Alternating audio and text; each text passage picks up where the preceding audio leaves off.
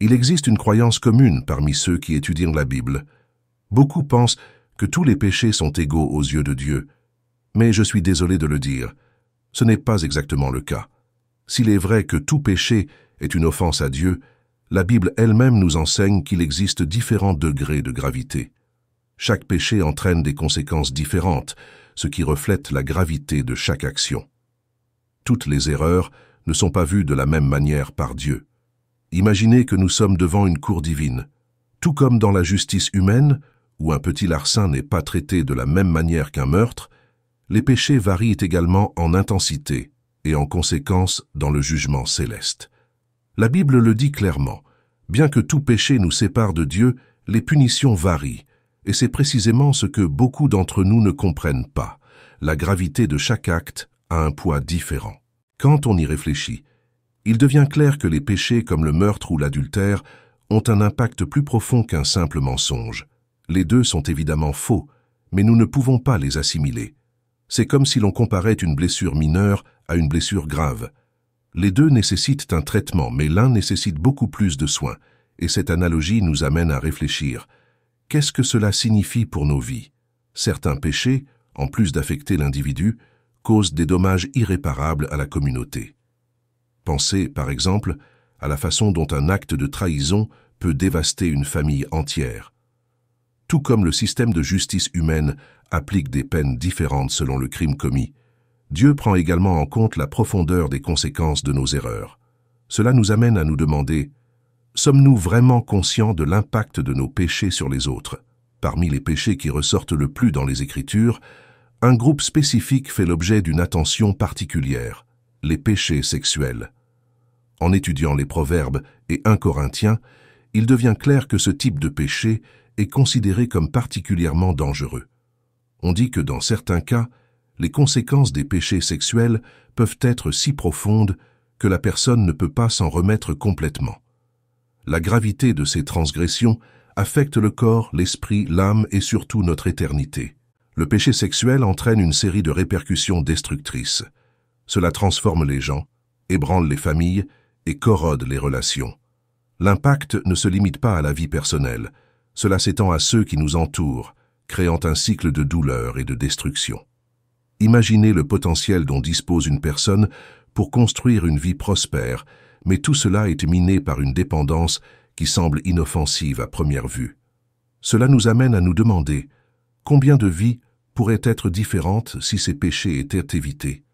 Le péché sexuel n'affecte pas seulement la vie spirituelle d'une personne, il consume également ses pensées et déforme ses valeurs. Cela crée un cycle de culpabilité et de honte difficile à briser. C'est comme un piège silencieux, dans lequel la personne se retrouve piégée, voulant s'arrêter, mais incapable de le faire seule. Ce cycle destructeur affecte non seulement l'individu, mais aussi ses proches, semant la méfiance et la douleur dans les relations les plus proches. S'il y a un péché qui illustre bien cette dynamique, c'est bien la fornication. Beaucoup de croyants, après le salut, se demandent pourquoi ils sont encore tentés. La vérité est que même lorsque nous recevons la vie du Christ, nous habitons toujours un corps qui vit dans un monde déchu. La transformation spirituelle se produit dans l'esprit, mais la chair lutte toujours contre les tentations. Cette bataille entre l'esprit et la chair est une réalité constante dans la vie du chrétien. Être tenté n'est pas un signe de faiblesse ou de manque de foi. Nous sommes tous confrontés à des tentations dans différents domaines.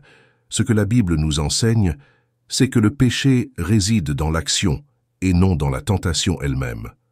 Lorsque nous lisons Galates 5, 19, 21, nous voyons une liste d'œuvres de la chair qui inclut l'adultère et la fornication.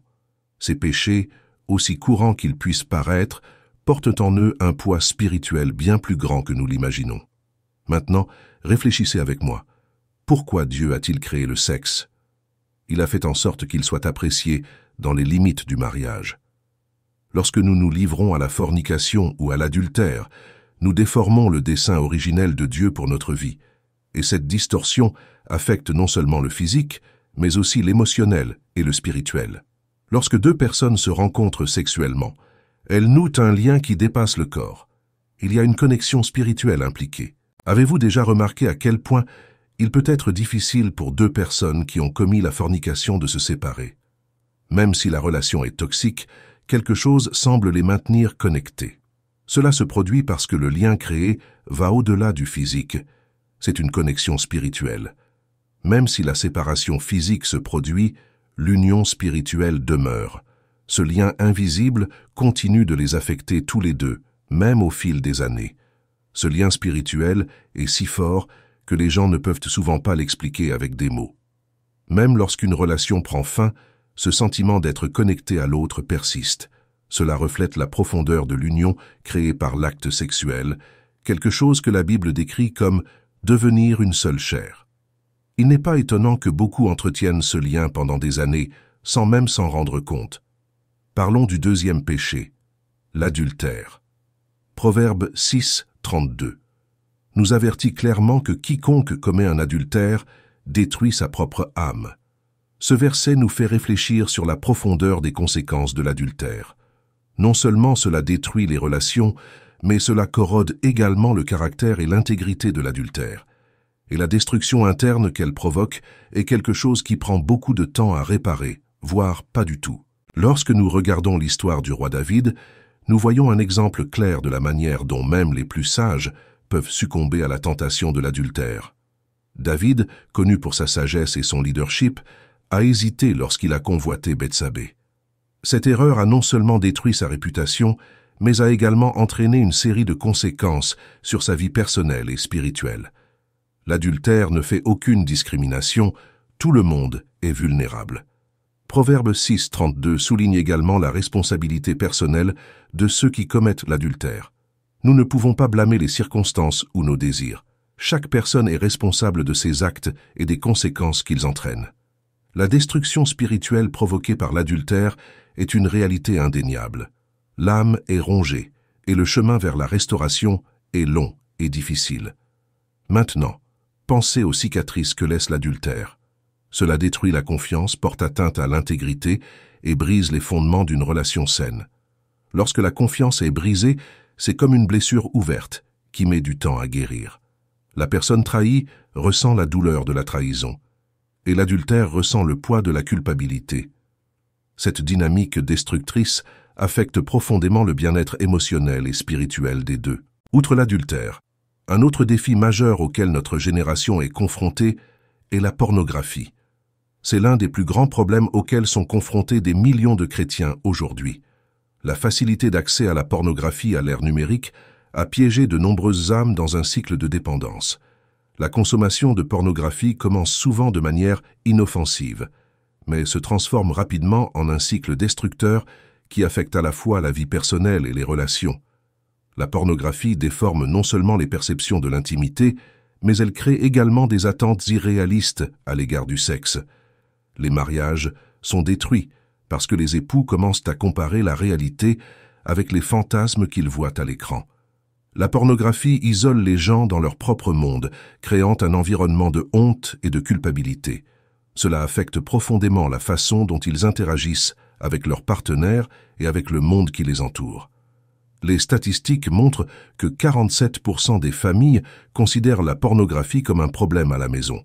Cela signifie que près de la moitié des familles souffrent de cette dépendance. Et l'impact va au-delà du foyer. La consommation de pornographie augmente l'infidélité conjugale de plus de 300%. Ces statistiques nous font réfléchir. Que faisons-nous pour lutter contre ce problème croissant? La dépendance à la pornographie ne peut pas être sous-estimée.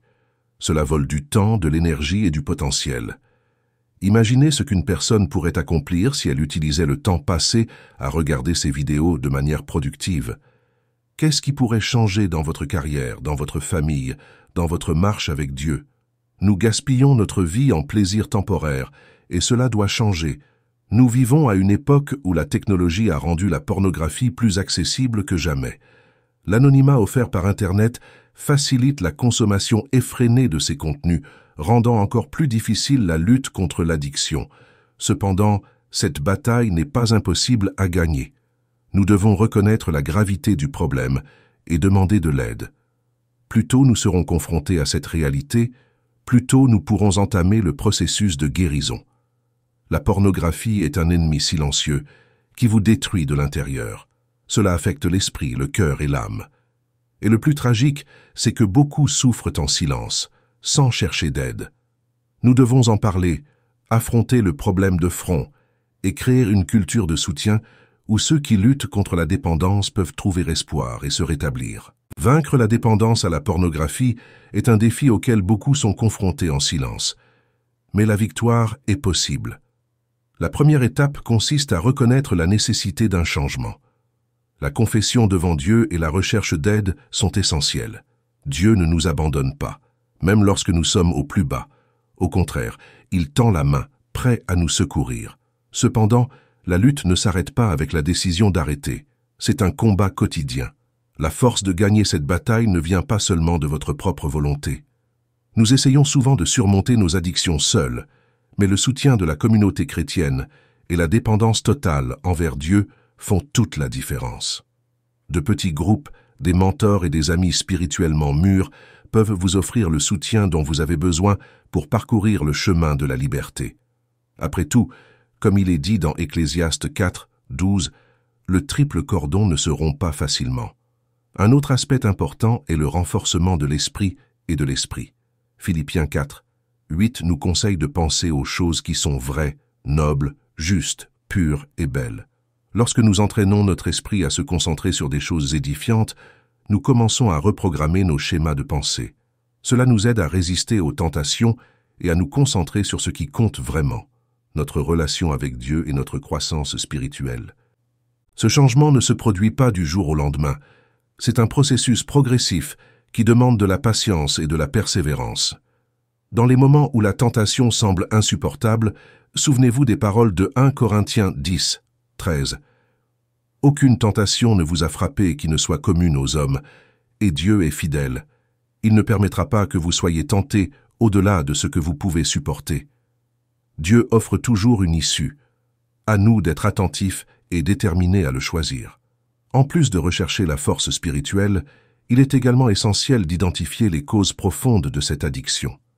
La pornographie est souvent utilisée pour échapper à des problèmes émotionnels tels que la solitude, le stress ou une faible estime de soi. Reconnaître ses racines et travailler dessus est une étape essentielle vers la guérison. Rechercher des conseils, une thérapie ou une aide pastorale peut ouvrir les portes à la connaissance de soi et à une véritable restauration. Il est également important de se rappeler que le processus de restauration connaîtra des hauts et des bas. Nous ne pouvons pas nous décourager lorsque nous tombons. Ce qui compte, c'est de se lever, de confesser nos erreurs à Dieu et de continuer le chemin. Le diable essaiera d'utiliser la culpabilité et la honte pour nous détourner de Dieu, mais nous devons nous rappeler qu'en Christ, nous sommes de nouvelles créatures. Le pardon est accessible à tous ceux qui se repentent sincèrement. En marchant vers la liberté, il est essentiel de développer de nouvelles habitudes. Remplacer les anciens modèles de comportement par des pratiques qui nous rapprochent de Dieu fait toute la différence. Lire la Bible, prier régulièrement et participer activement à l'Église sont des moyens de renforcer notre foi et de nous protéger contre les rechutes. Plus nous nous nourrissons des choses de Dieu, moins nous donnons à l'ennemi la possibilité d'agir dans nos vies. La clé de la victoire est de garder les yeux fixés sur Jésus. Hébreux 12, 2 nous exhorte à regarder fermement vers l'auteur et le consommateur de notre foi. Lorsque nous gardons notre attention sur lui, nous commençons à réaliser que le plaisir temporaire offert par la pornographie n'est rien en comparaison de la paix et de la joie que nous trouvons en Christ. Il nous offre une satisfaction durable, quelque chose que le péché ne pourra jamais nous donner. Le voyage vers la liberté est peut-être long, mais chaque pas en vaut la peine. Et lorsque nous surmontons enfin cet obstacle, nous devenons des témoins vivants de la puissance transformatrice de Dieu. Nos vies peuvent inspirer d'autres personnes confrontées au même combat, leur montrant qu'il y a de l'espoir et que la restauration est possible. Nous ne sommes pas définis par nos péchés, mais par la grâce de Dieu. En fin de compte, la vraie liberté ne peut être trouvée qu'en Christ. C'est lui qui brise les chaînes et nous libère des prisons que nous avons construites au fil du temps. Lorsque nous lui faisons confiance, nous pouvons vivre la vie abondante qu'il a promise. Et cette vie libérée du péché est la plus grande victoire que nous puissions obtenir. Ainsi, nous pouvons avancer, confiant que Dieu nous guidera sur des chemins de paix et de sainteté.